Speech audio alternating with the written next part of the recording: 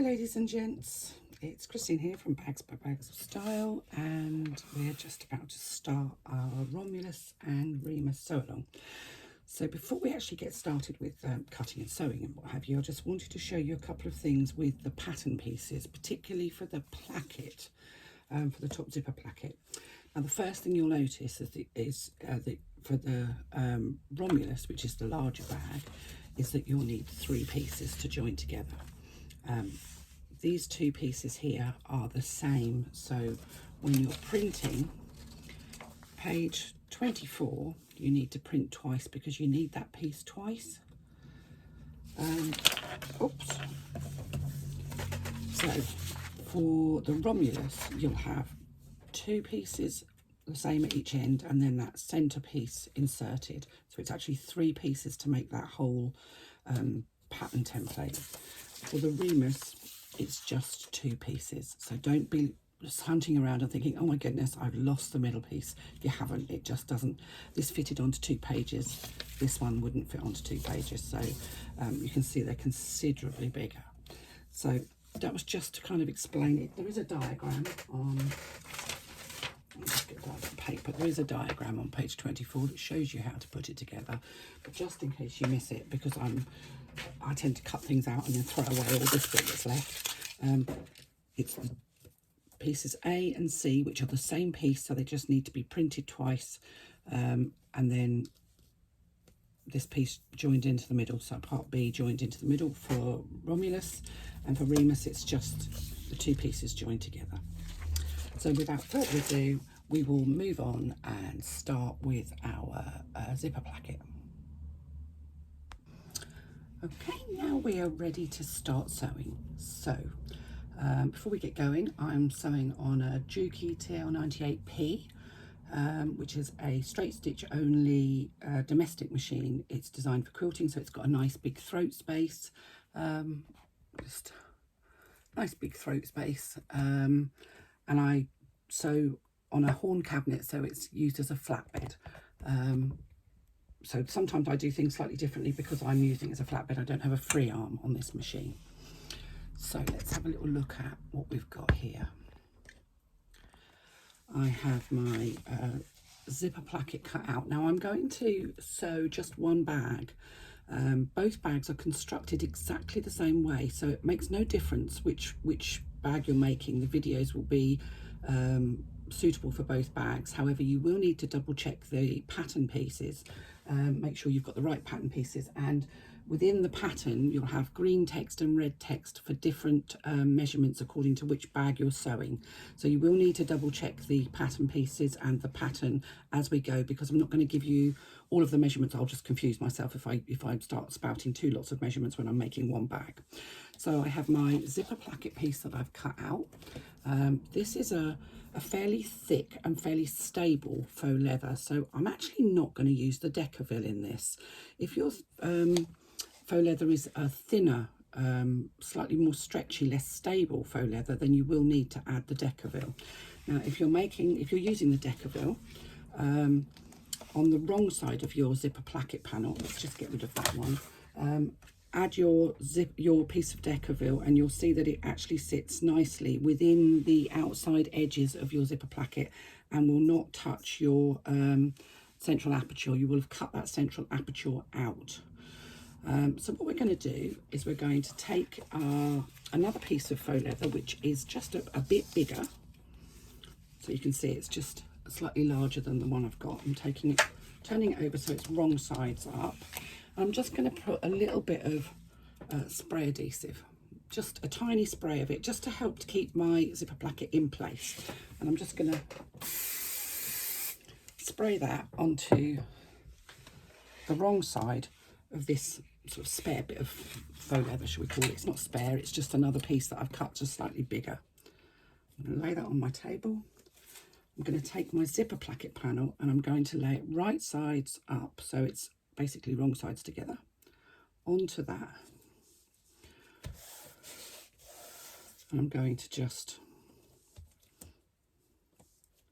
smooth it out.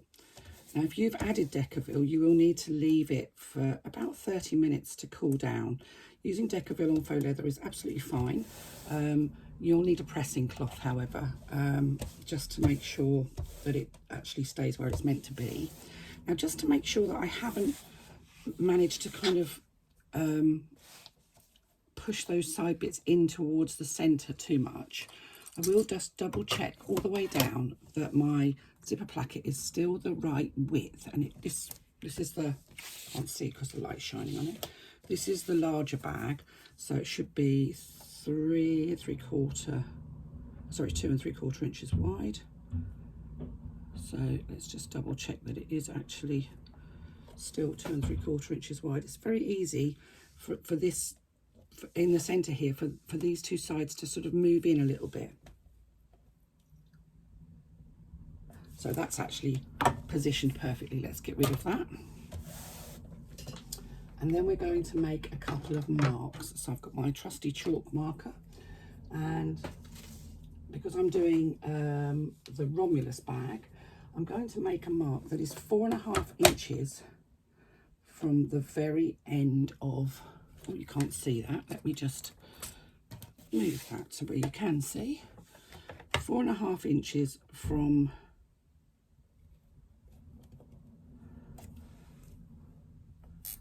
the curved end.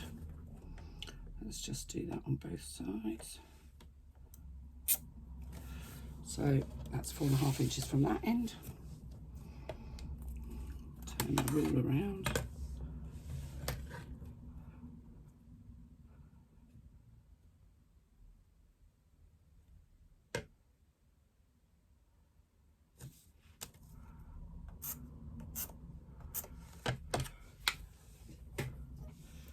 Four and a half inches from,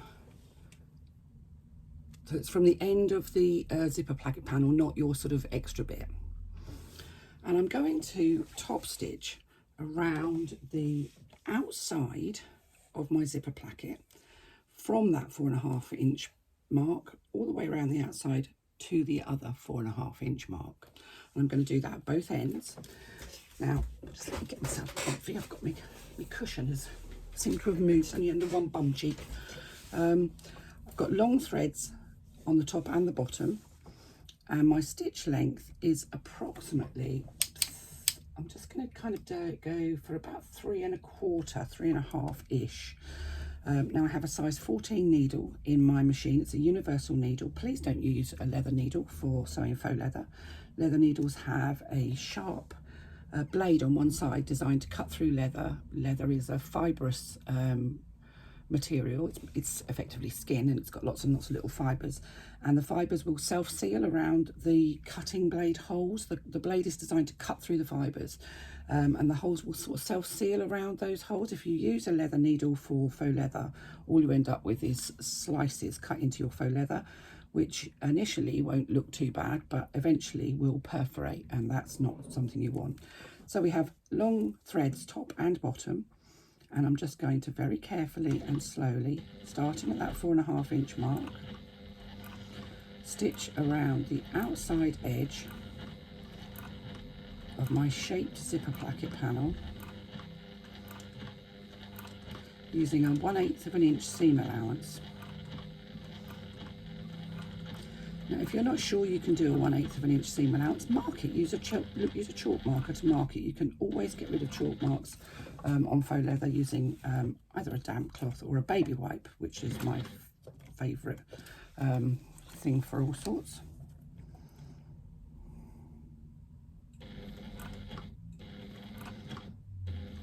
Go slowly as you go around the curves.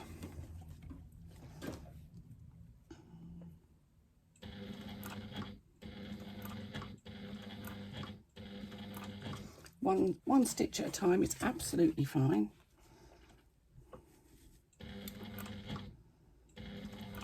It's better to do it slowly and have it accurate than it is to rush it and have a wonky line of stitching.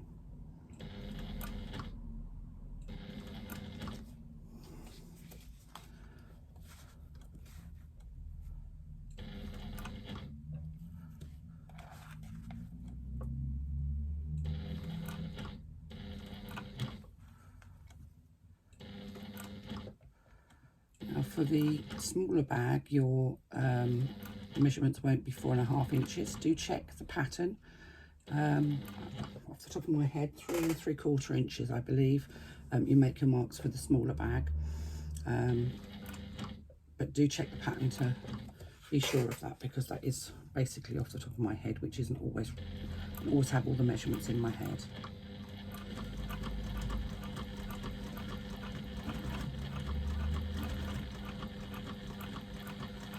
When you get to the second 4.5 inch mark, or the 3 3/4 inch mark, raise your needle, pull your work out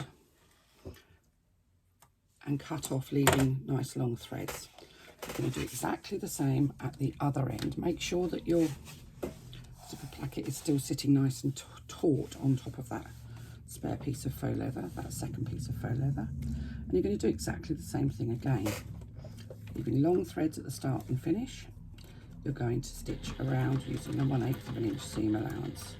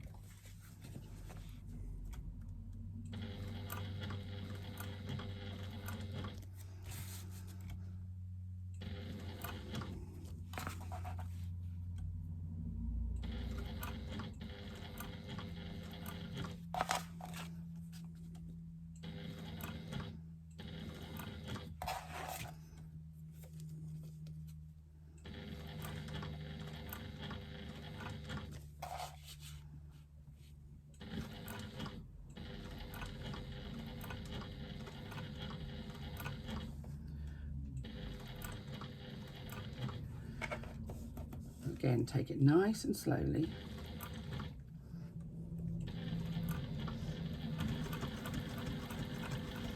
As you go around those curves.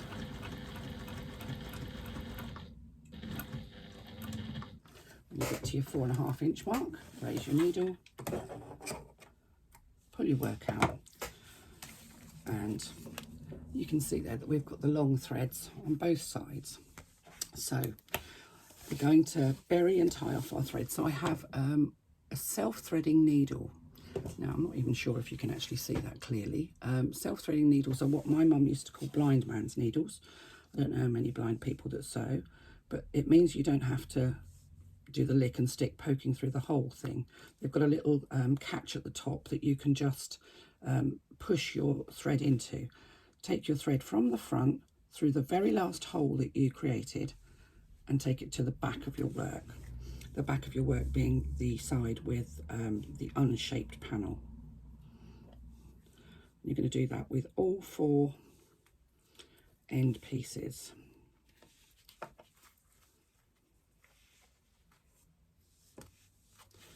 So that there's no visible start and stop stitching on the top of your work. We don't back stitch, and I don't back stitch faux leather at all if I can help it. There are occasions where there's just no option, but back stitching, unless your machine is really good at back stitching in the same hole as it was going through as it goes forward, and a lot of machines will, but some machines won't, back stitching just causes an extra hole in your faux leather, and the more holes you have, the more chance you have that there'll be perforation later on. So I've taken all of the stitches from the front of my panel to the back, and I'm now just going to take the 2 threads. So that's my one that I've dragged through from the front and the one that's from the bobbin. I'm going to tie a couple of knots in to secure those threads together. I'm going to trim down to about 1/4 of an inch. I'm going to do the same with all of these.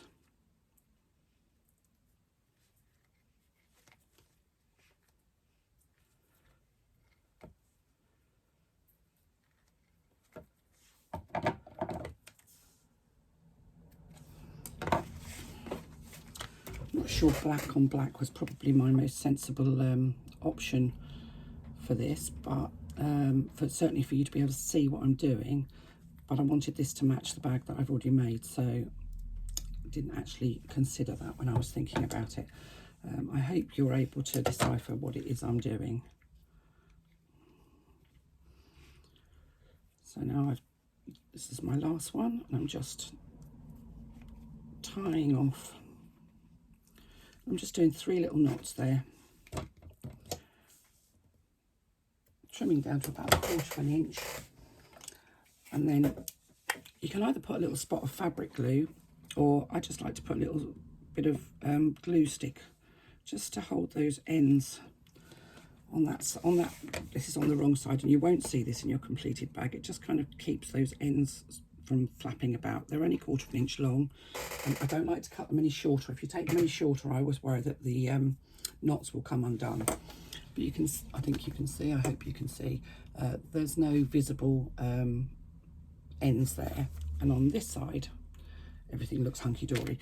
Now you can wipe off those lines if you want to. But at this point, we're now going to take our scissors, or you can use your your rotary cutter, and we're going to trim all the way around the outside of our zipper placket. Now, if you're using scissors, make sure that your scissor blades are at 90 degrees to your zipper placket, so that you don't have a sort of a mitered edge.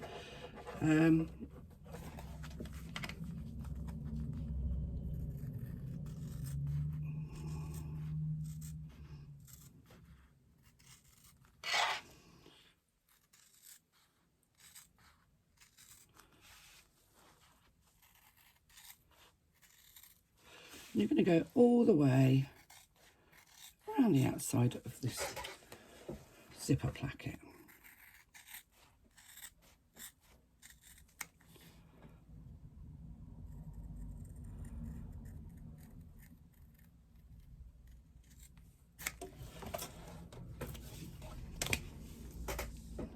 And yes, I did just throw that on the floor because I am a very untidy sewer. At the end of each project, I have to go around and tidy up the mess that I've created. It looks like I've been burgled sometimes. My husband will come in and say, "Oh my Lord, what's happened in here?" Sorry dear, just been creating. I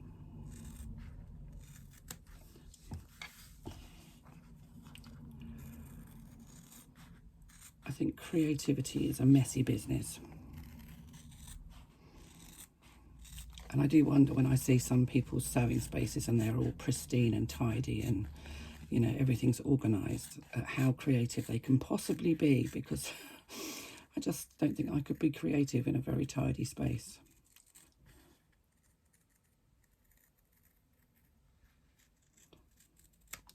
So there we go. Now we have, it looks like a zipper placket. It's the right shape.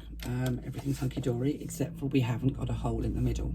Now, I don't have a cutting mat on this table, so I'm going to take my placket over to my cutting table, and I'm very carefully going to cut out that aperture from the bottom piece of my faux leather, so the piece that's on the back.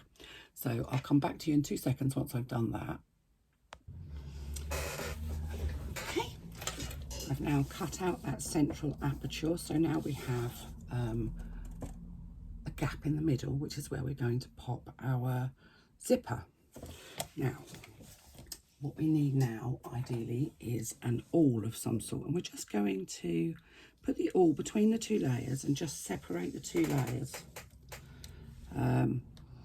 If you've used the spray adhesive, it's only temporary spray adhesive, so it should just easily come apart. We have our zipper, which I've already put my zipper pull on. I will add a video on how to do that. On the open end, I'm just going to pop a couple of stitches through the zipper teeth just to hold those teeth together, because I don't really want them separating.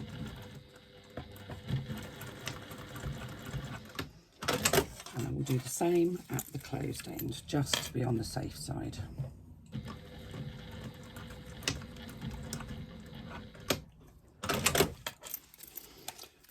Let's just get rid of the threads.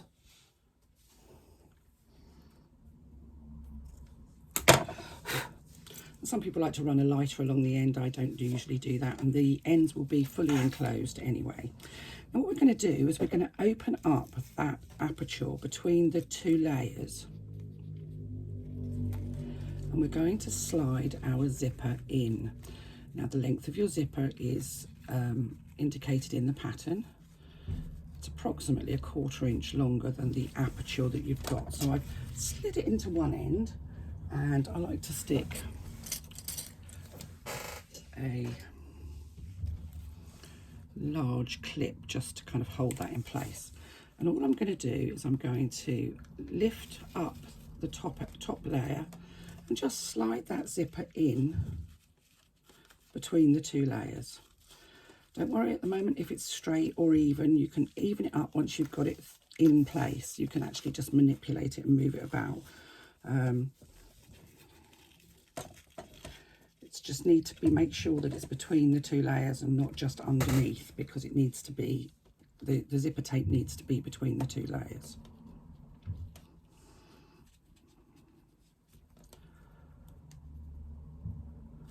It's just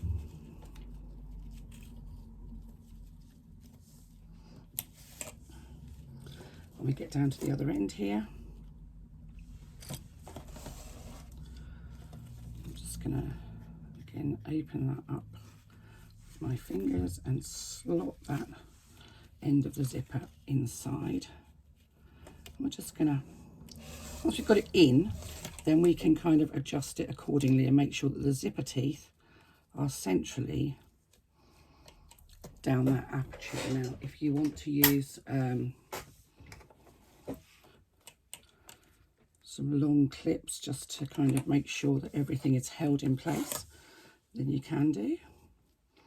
But you can use your fingernail to kind of, or even your trusty awl, to kind of move those zipper teeth about until they're situated centrally. I actually don't think that that's quite far enough up. That doesn't feel like it's evenly in. So I'm just going to push it back up a little bit further so that it's in more evenly.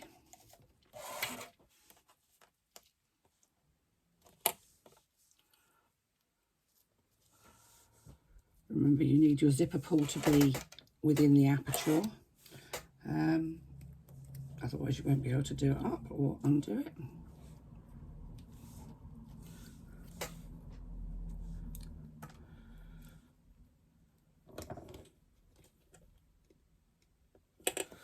Okay, I'm quite happy that that's nice and central.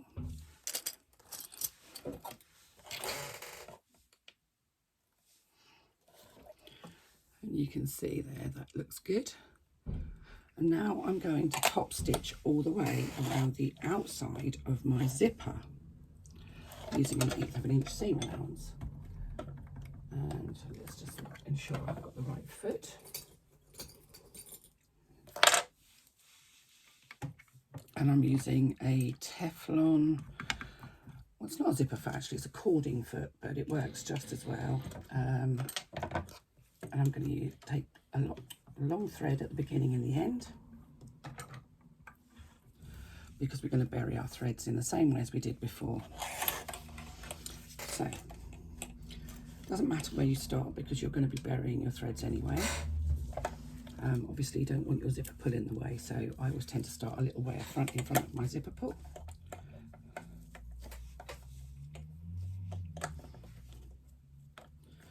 And I'm just going to stitch all the way around my zipper. And you have, because it's not glued in or anything like that, if you need to just move it a little bit, if it looks like it's not quite central as you're stitching, you can do.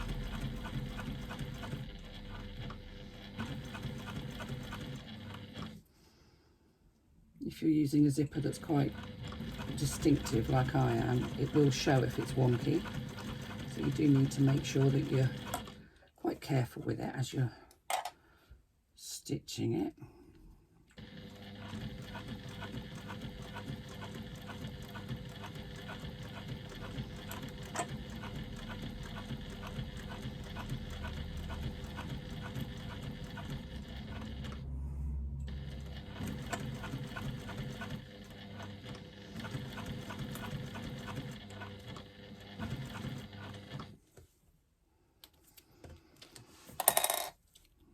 appears to have moved a little bit, so I'm just going to move it with my awl.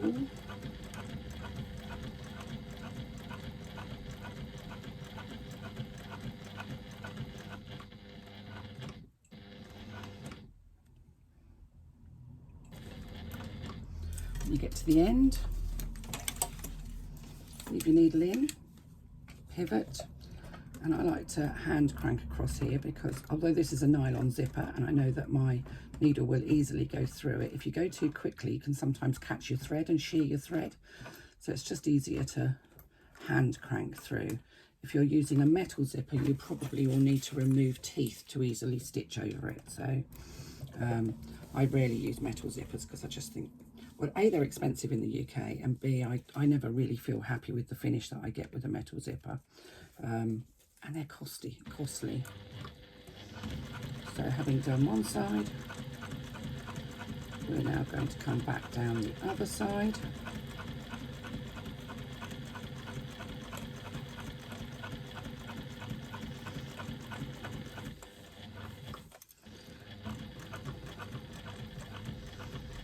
So why do I tell you not to use too stretchy or too flimsier faux leather?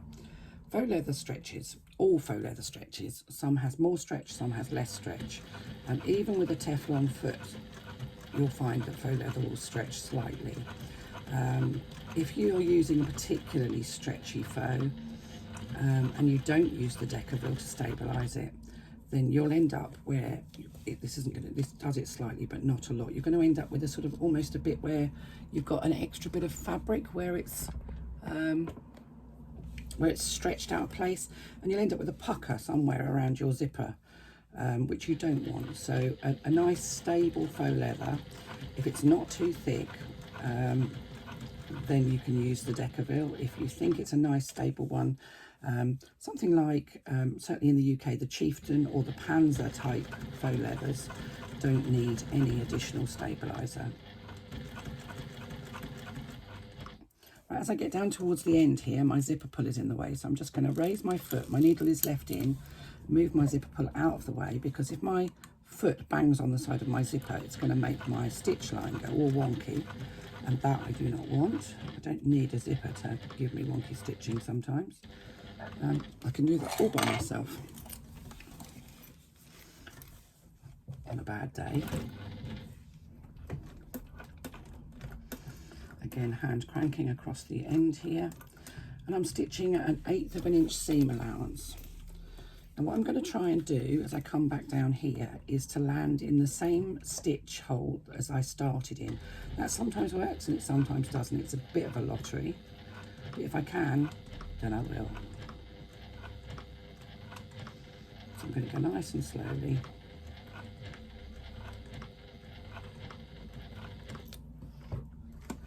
Raise my needle. Oh, look at that. A fraction away, but enough that nobody's going to notice. Raise my needle, trim off my thread ends, and then I'm going to do exactly the same as we did before. I'm going to take both of these, and this is the thread from the start of my work and from the finish of my work. I'm going to attempt to thread them through the self-threading needle together and take them back through the last hole, and tie them off with, oh, the bobbin thread's got caught in my stitching, so I can unpull it there, tie them off on the reverse, trim down to 1/4 of an inch, and just little drop of glue. The glue goes on white, but it goes opaque and clear once it's dry, and it just holds those thread ends down. So there we have our zipper beautifully fitted within our zipper placket. Now the sides of your zipper placket are still open, and that's fine, that's how it should be. So the next thing you're going to do is use your zipper template to mark where your, and I tend to lay it on top, making sure that the curved end is matched, and push an awl through, which gives me a hole that goes right the way through. I can then make that hole bigger because obviously my snaps are going to use a slightly bigger hole, but that just kind of marks where that needs to be.